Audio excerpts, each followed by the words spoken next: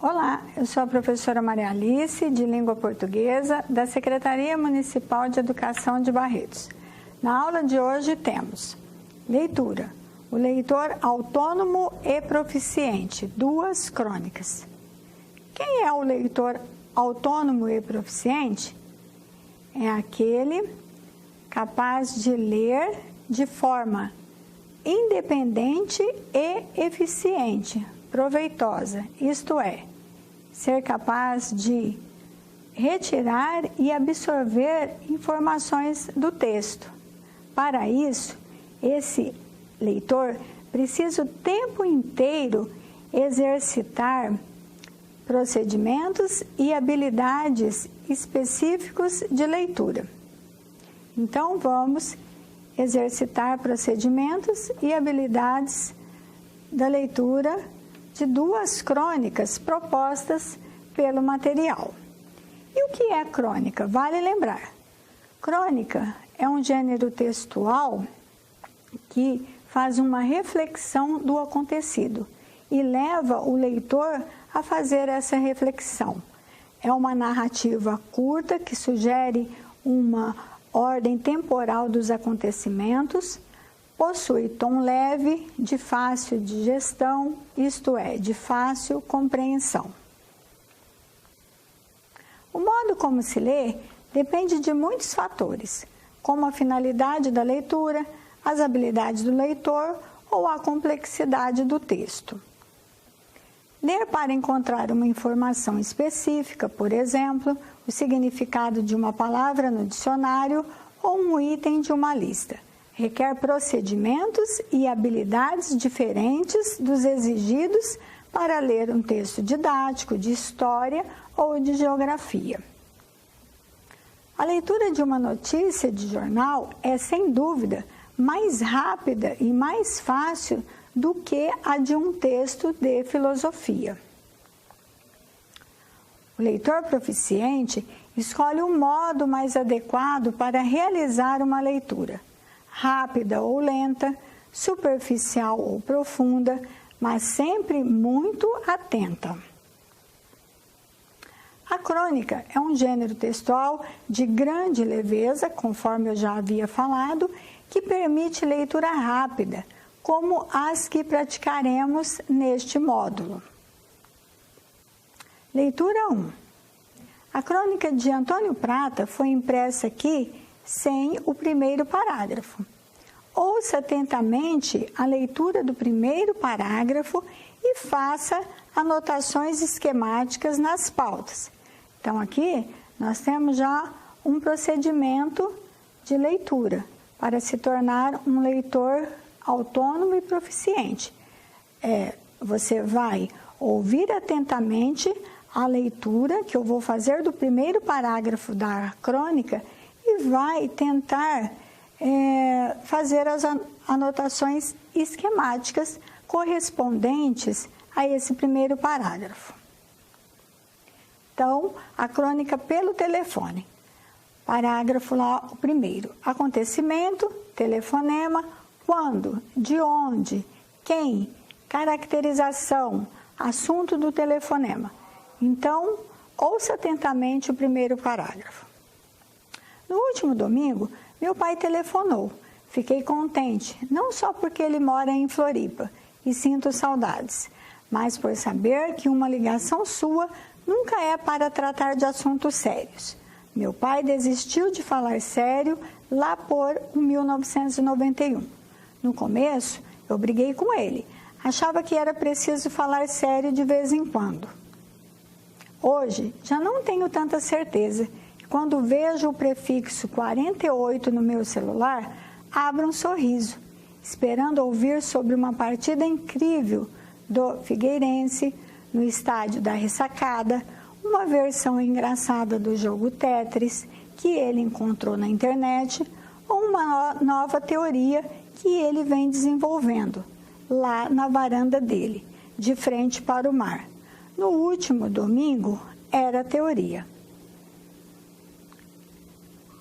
Então vamos fazer essas anotações esquemáticas referentes ao primeiro parágrafo. Acontecimento. um telefonema para o cronista. Quando? No último domingo. De onde? De Floripa, que é Florianópolis, em Santa Catarina. Quem? Do pai do cronista. Caracterização. Um telefonema do pai do cronista nunca era para tratar de assuntos sérios, pois ele havia desistido de falar sério lá por volta de 1991. E assunto do telefonema? Uma teoria sobre... o telefonema era sobre uma teoria que o pai do cronista vinha desenvolvendo lá da varanda de sua casa.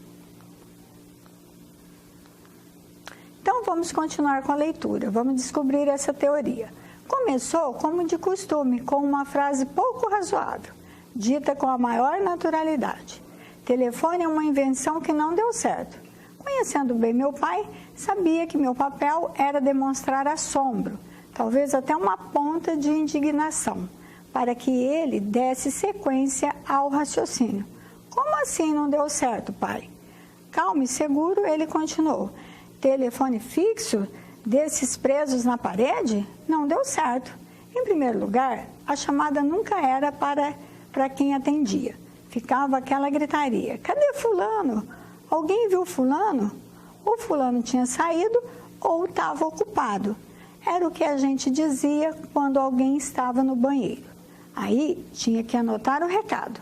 A bique não funcionava, o bloquinho havia sumido, esquecia-se de dar o recado, cada briga que dava por conta de recados não dados, divórcios até. Sem falar naquele fio enroladinho, cruzando a sala, só para a gente tropeçar. Mas pior que tudo, meu filho, era telefone com mau hálito, lembra? O bafo que saía por aqueles furinhos? Um bafo de avô? Não, tio-avô dos outros. Ainda bem que em 2, 3 anos ninguém mais vai ter telefone fixo. Quando meu pai terminou, sugeri que escrevesse essa crônica. Não, filho, escreve você, presente de Natal. Aceitando, perguntei se havia outros objetos cuja obsolescência ele percebera, lá de sua varanda. Não é bem objeto, mas tem o hino nacional. Só serve para 2 coisas: humilhar jogador de futebol e ferrar vestibulando. Tinha que trocar por Aquarela do Brasil. Imagina só que beleza? Outra bobagem que precisa acabar é minuto de silêncio. Banalizou. Hoje em dia, morre o avô do ex-conselheiro da Portuguesa, o primo do Gandula, todo mundo tem que ficar quieto? Um absurdo. Agradeci. Desejamos Feliz Natal e desligamos contentes com a conversa. No dia seguinte, havia um recado no meu celular, bem ao estilo do meu pai, sem oi ou qualquer apresentação. E aquelas 3 ligações para Cachoeiro do Itapemirim, de R$ 16,58 cada, que a dona Lourdes jura não ter ideia de quem fez? Ainda dá tempo de botar na crônica? Antônio Prata. Antônio Prata, 1977, é escritor paulista, autor de crônicas e de roteiros para televisão. Agora, vamos fazer a leitura da segunda crônica. Na crônica de Antônio Prata, escrita em janeiro de 2010, o pai, depois de fazer muitas críticas, desabafou. Ainda bem que em 2, 3 anos, ninguém mais vai ter telefone fixo. O texto que vamos ler agora é também uma crônica sobre telefones, publicada 6 anos depois, em agosto de 2016. Uma crônica sobre o tempo, o celular e a nossa realidade. A cena se repete todos os dias e todas as horas, do momento em que acordo até um minuto antes de eu dormir. O cenário vai mudando, mas a ação não. Entro no metrô, na Avenida Paulista, na sala de aula ou em qualquer outro lugar e me deparo sempre com algumas cabeças baixas reproduzindo freneticamente o mesmo ato que eu. Vejo vidas sendo orientadas pela mesma luz retangular do smartphone. que me orienta, vidas movidas por outras vidas. Ufa, pelo menos eu não sou a única que perdeu o botão de stop. Stop? Só posso estar louca. Essa palavra anda tão desatualizada que ela só ganha significado nas 7 horas de sono, cronometradas pelo meu celular que me despertou. Isso se tivermos sorte. Fora isso, praticamente nenhuma sociedade do século XXI tem tempo. Estamos muito ocupados correndo atrás das demandas da rotina, tentando absorver parte do turbilhão de informações e imagens que recebemos por segundo. É corrido, eu sei. Então, por que em nosso pouco tempo livre ficamos presos diante de uma tela? Poderia ficar aqui citando inúmeras respostas, mas não chegaria a nenhuma conclusão. Além do mais, os motivos são diversos e variam de pessoa para pessoa. Porém, na semana passada escutei que enquanto estamos no celular, não estamos no nosso corpo. E foi a partir dessa simples frase que refleti sobre o que eu acredito que seja o grande atrativo por trás desse aparelho, o escapismo. Pense em quantas realidades, mesmo que ilusórias, podemos entrar em apenas uma mexida no celular. Hoje mesmo eu entrei em várias. No metrô, vi uma notícia das Olimpíadas e voei rapidinho para o Rio de Janeiro, onde Thiago Braz acabara de ganhar ouro no salto com vara. Pouco tempo depois, vi o nascer do sol em Fernando de Noronha, andando pelo mar de concreto da Avenida Paulista. Na sala de aula, acompanhei vidas aleatórias no Snapchat ou no Instagram, que pareciam mais interessantes que a minha no momento.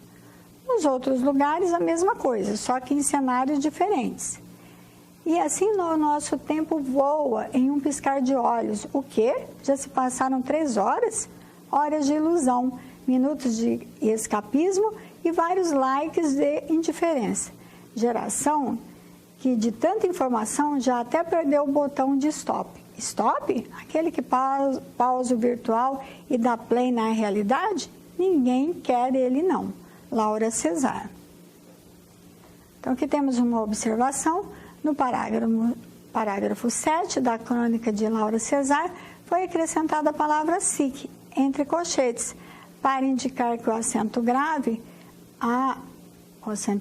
foi usado incorretamente pela autora ou por quem digitou o texto. Naquela parte que ela fala, não chegaria a SIC nenhuma conclusão. Sabemos que antes do pronome indefinido nenhuma, não se usa crase. Portanto, a forma correta não chegaria a nenhuma conclusão, sendo esse a só preposição. SIC, palavra que, entre parênteses ou colchetes, se intercala numa citação ou se pospõe a essa para indicar que o texto original está reproduzido exatamente por errado ou estranho que se possa parecer. Dicionário Howard. Aqui vamos ver outro procedimento, né?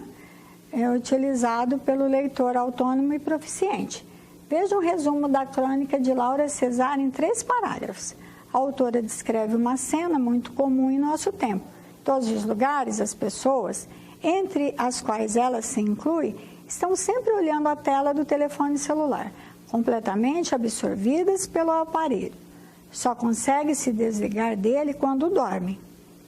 Gasta-se desse modo o pouco tempo livre que cada um tem na agitação da vida moderna. Ela considera difícil definir uma causa para esse comportamento que pode variar para cada pessoa. Mas a cronista, a partir de uma frase ouvida de alguém, acaba formulando uma tese.